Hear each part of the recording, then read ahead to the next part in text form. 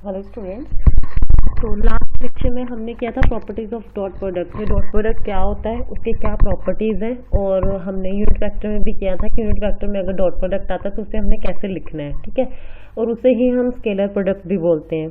अब हमारा next topic है डेट इज वेक्टर प्रोडक्ट और क्रॉस प्रोडक्ट। मतलब आपके पास यहाँ पे हम वेक्टर की बात करेंगे। वेक्टर प्रोडक्ट का मतलब भी क्या है कि बच्चे दो, वहाँ पे क्या था कि दो, अगर हम स्केलर प्रोडक्ट की बात करें तो वहाँ पे क्या था कि अगर हम दो वेक्टर्स हैं उनका अगर हम डॉट प्रोडक्ट लेते तो आपका आंसर जो आता है वो स्केलर आता था।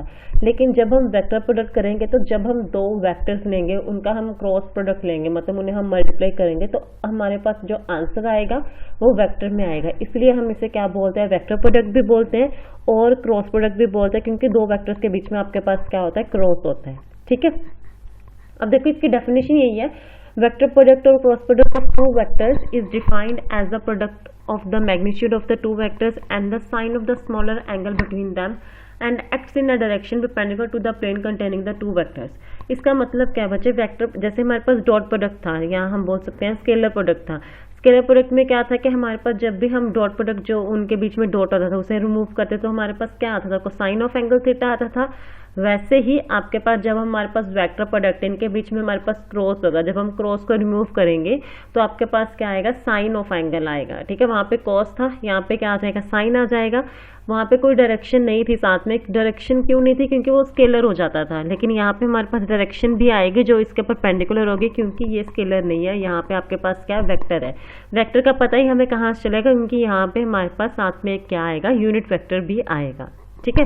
जैसे यहाँ पे इन्होंने लिखा है ना, ये देखो दो वेक्टर्स हमारे पास, उन्हें हम क्या कर रहे हैं, क्रॉस प्रोडक्ट कर रहे हैं। जब हम दो वेक्टर्स का क्रॉस प्रोडक्ट करते हैं या डॉट प्रोडक्ट करते हैं, जब भी हम क्रॉस को रिमूव करेंगे, अगर हम डॉट को रिमूव करते थे तो हमारे पास कॉस ऑफ थीटा आता था। अब अगर हम क्रॉस को रिमूव करेंगे तो हमारे पास साइन ऑफ थीटा आ जाएगा, और जो ये वाले वेक्टर है वो रिमूव होकर P Q sine of theta आ जाएगा, ठीक है। लेकिन हमें कैसे पता चला ये प्रोडक्ट आपके पास वेक्टर है, क्योंकि साथ में देखो ये डायरेक्शन है ना, n cap is the direction perpendicular to the plane बोल सकते हैं या perpendicular to the two vectors बोल सकते हैं, ठीक है। जो ये एन कैप है ये एक वेक्टर है, चाहिए आपके पास यूनिट वेक्टर है, लेकिन है तो वेक्टर ना। तो जो ये वेक्टर है वो रिप्रेजेंट कर रहा है कि जो हमारे पास टोटल प्रोडक्ट आ रहा है वो किस में आ रहा है, वेक्टर में आ रहा है। इसीलिए हम इसे क्या बोलते हैं, वेक्टर प्रोडक्ट बोलते हैं। लेकिन अगर वही हम स्केलर प्रोडक्ट में देखें तो स्केलर प्रोडक्ट में बच्चे क्या था आपके पास, ये देखो simple P Q cos theta था, साथ में कोई वेक्टर नहीं था ना आपके पास, ना यूनिट वेक्टर ना कोई दूसरा। ये मैंने आपको उस दिन भी बताया था, यहाँ पे वेक्टर नहीं आना, ठीक है। P Q cos theta simple, साथ में कोई यूनिट वेक्टर नहीं है, तो ये क्या है, स्केलर प्रोडक्ट है। लेकिन यहाँ पे ये देखिए, यहाँ पे पी क्यू साइन थीटा, साथ में आपके पास क्या आ रहा है, यूनिट वेक्टर आ रहा है ना, that is n cap is the unit vector. तो ये आपके पास भी, इसका मतलब क्या है, जो ये प्रोडक्ट है वो क्या आपके पास है, क्रॉस प्रोडक्ट है। इसे यहाँ बोल सकते हैं वेक्टर प्रोडक्ट है, क्योंकि आंसर लास्ट में किस में आ रहा है, वेक्टर की फॉर्म में आ रहा है। इसका मतलब क्या है कि जब भी हम न्यूमेरिकल्स करेंगे, अगर वहाँ पे डॉट प्रोडक्ट की बात हो रही है या स्केलर प्रोडक्ट की बात हो रही है, तो आंसर आपका हमेशा क्या आएगा, न्यूमेरिकल फॉर्म में आएगा, जैसे 13, 12, 1, 2, 3 ऐसे करके। वहाँ पे कोई भी वेक्टर नहीं होगा। लेकिन जब हम वेक्टर प्रोडक्ट या क्रॉस प्रोडक्ट के न्यूमेरिकल्स करेंगे तो आपका आंसर कभी भी न्यूमेरिकल फॉर्म में नहीं होगा, वो वेक्टर की फॉर्म में होगा। और वेक्टर कौन सा होगा आपके पास, यूनिट वेक्टर, क्योंकि यहाँ पे देखो आंसर किस में आ रहा है, यूनिट वेक्टर में आ रहा है। तो आपका आंसर कैसे आएगा, आई कैप, जे कैप, के कैप, इसकी फॉर्म में आपके पास आंसर आएगा, ठीक है बच्चे। जब हम न्यूमेरिकल्स करेंगे तो आपको वो अच्छे से समझ आ जाएगा। नेक्स्ट देखिए हमारे पास है राइट हैंड थंब रूल। अब देखो बच्चे राइट हैंड थंब रूल का मतलब क्या है, नेक्स्ट देखिए बच्चे आपके पास है राइट हैंड थंब रूल। अब राइट हैंड थंब रूल का मतलब क्या है, जैसे ये देखिए थंब का मतलब क्या है, आपका अंगूठे की बात कर रहे हैं हम। राइट हैंड थंब रूल का मतलब क्या है, जब भी आप किसी भी वायर को या किसी भी आप इंस्ट्रूमेंट को आपने हाथ में पकड़ेंगे तो जो आपकी कर्ल ऑफ फिंगर्स हैं, ठीक है, मतलब जो आपकी ये मुट्ठी है ये कर्ल ऑफ फिंगर्स हैं, वो आपके पास ये रिप्रेजेंट कर रही हैं वेक्टर्स को, कि यहाँ पे पी से लेके क्यू वेक्टर तक रिप्रेजेंट हो रहा है। और जो आपके पास थंब है वो क्या रिप्रेजेंट करेगा, आपके पास रिजल्टेंट को इन्होंने टी के साथ रिप्रेजेंट किया हुआ है, ठीक है। वो इन्होंने back curl of fingers of your right hand by keeping the thumb erect in such a way that fingers always represent, finger क्या रिप्रेजेंट करेंगी कि पी वेक्टर से हम क्यू वेक्टर की तरफ जा रहे हैं, और जो आपके पास थंब है वो रिप्रेजेंट करेगा प्रोडक्ट का, प्रोडक्ट मतलब जो इसका रिजल्ट आएगा, जैसे T is equal to P cross Q. ये गलत लिखा है, यहाँ पे पी क्रॉस क्यू आना है, ठीक है। ये करने की जरूरत नहीं है, सिंपल मैंने आपको बताया आपने सिंपल क्या करना है, जैसे हमने स्केलर प्रोडक्ट में किया था, पहले उसकी डेफिनेशन, फिर हमने ये देखा था कि जब हम डॉट रिमूव करते हैं तो हमारे पास क्या आता है, पी क्यू कॉस थीटा आता है।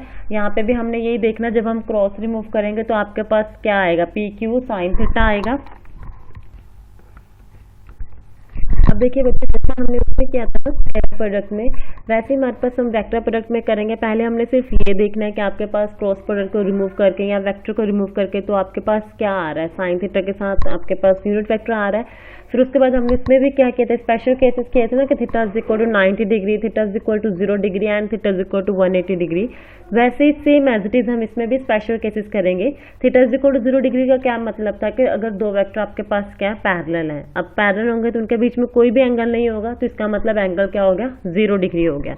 अब हम वहाँ पे क्या करेंगे, P vector cross Q vector है, क्रॉस को रिमूव करके यहाँ पे क्या आ गया, पी क्यू आ गया, साथ में आपके पास साइन थीटा, थीटा की जगह पे 0 डिग्री पुट कर दो।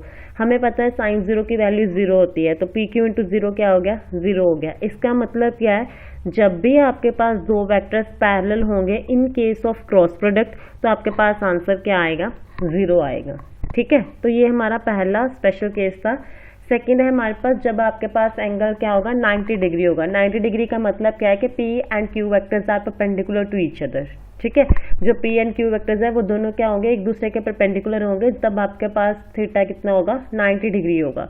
तो फिर वैसे ही हमने same as it is P cross Q, वो आपके पास P Q sine theta N cap का आपको पता 1 होता है यूनिट वेक्टर, तो वो हम लिखते नहीं। फिर साइन 90 की वैल्यू 1 होती है, तो पी क्यू इंटू 1 क्या आ जाएगा, पी क्यू आ जाएगा। इसका मतलब क्या है कि जब आपके पास दो वेक्टर्स परपेंडिकुलर होंगे तब आपके पास क्रॉस प्रोडक्ट क्या होगा, मैक्सिमम होगा, या फिर हम बोल सकते हैं तब आपके पास क्रॉस प्रोडक्ट किसके इक्वल होगा, उन दो वेक्टर्स के मैग्नीट्यूड के प्रोडक्ट के ही इक्वल होगा। ठीक है, थर्ड केस फिर नहीं यहाँ पे दिया हुआ, सेम वही केस है बच्चे, theta is equal to 180 degree. जब दो वेक्टर्स आपके पास क्या है, एंटी पैरेलल है, तो वहाँ पे हम साइन 180 डिग्री लिखेंगे। साइन 180 डिग्री की वैल्यू भी 0 होती है, तो आपके पास क्या आ जाएगा, आंसर 0 आ जाएगा। इसका मतलब क्या है, जब भी आपके पास वेक्टर्स चाहे पैरेलल है चाहे एंटी पैरेलल है, उनका जो क्रॉस प्रोडक्ट होगा वो क्या होगा, 0 होगा। ठीक है, क्लियर है। तो ये हमने सिर्फ अभी क्रॉस प्रोडक्ट की डेफिनेशन की है, उसके बाद हमने उसके स्पेशल केस किए हैं।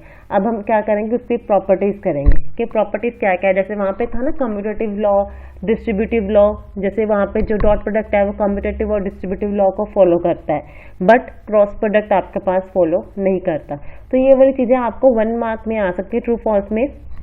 आपको ये भी बोल सकते हैं dot product follows the commutative law, या वो ट्रू होगा। ठीक है, लेकिन अगर आपको ये आ गया cross product follows the commutative law, तो हमें पता है वो फॉल्स होगा, क्योंकि क्रॉस प्रोडक्ट आपके पास कम्यूटेटिव लॉ को फॉलो नहीं करता। वही उसकी पहली प्रॉपर्टी है, that cross product of two vectors does not obey commutative law.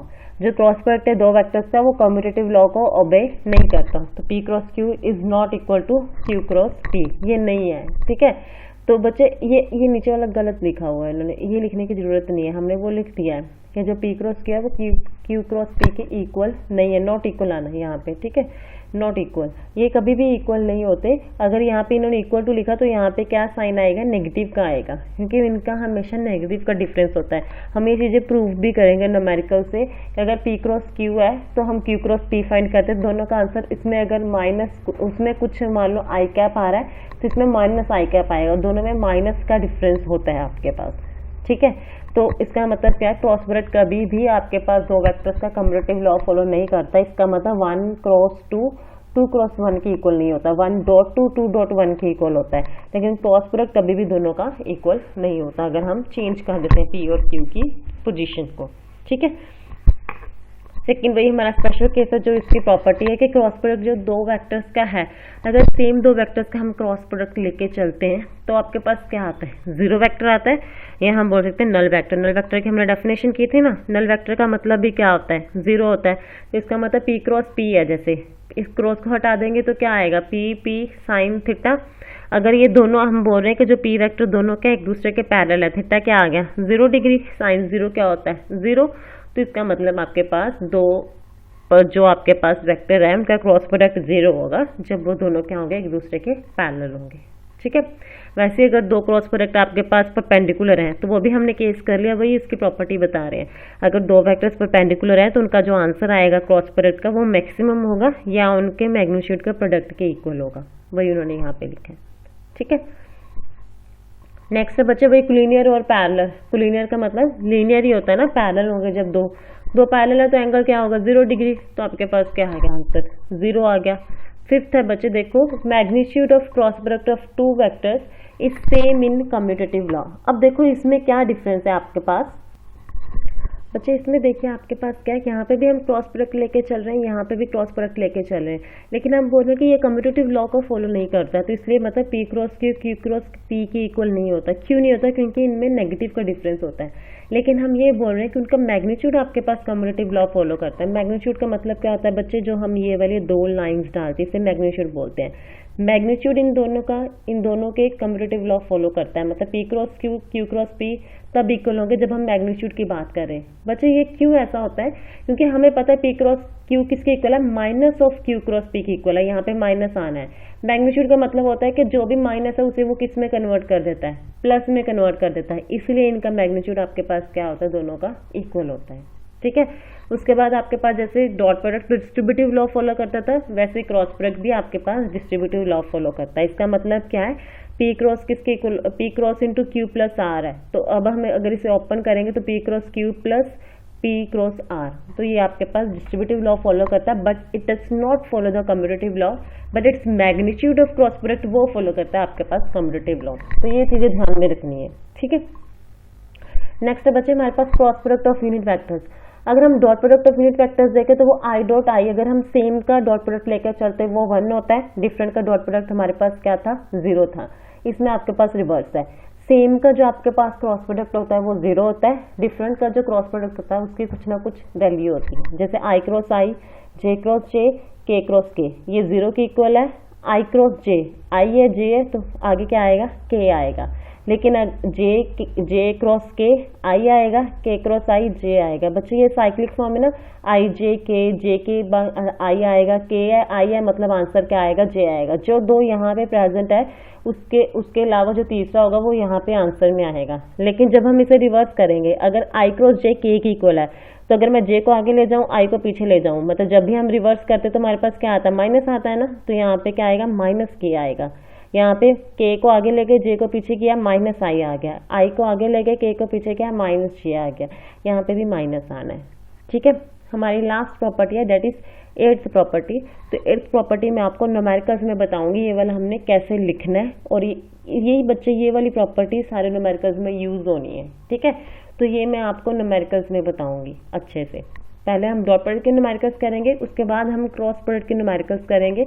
उसमें ही आपको क्लियर करूंगी कि हमने ये क्रॉस प्रोडक्ट को लिखना कैसे होता है और सॉल्व कैसे करना होता है। ठीक है, अगर यहाँ तक कोई भी डाउट होगा तो आप पूछ सकते हैं। Thank you.